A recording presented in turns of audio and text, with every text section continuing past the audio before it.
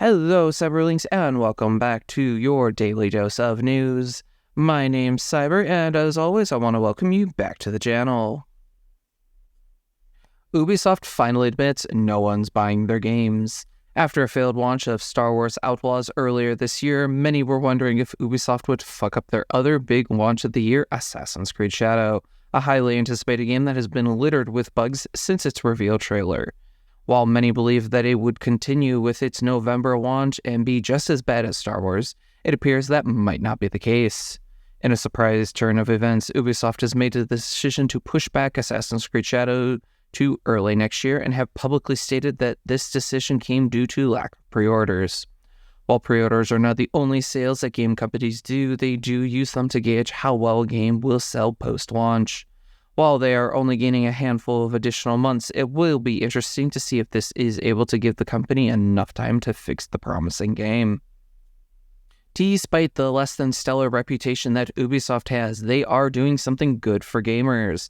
Starting with the release of Assassin's Creed Shadows next year, Ubisoft will be launching all games day and day with the PC launcher Steam.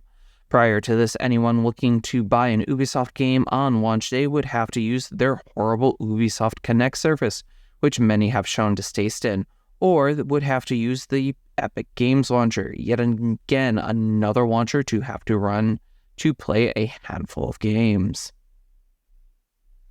California is coming in clutch with something to help those who own digital games. For years now, players have been moving to digital games, whether it's been because of convenience or just a good deal, leading the physical game market to shrink more and more every year.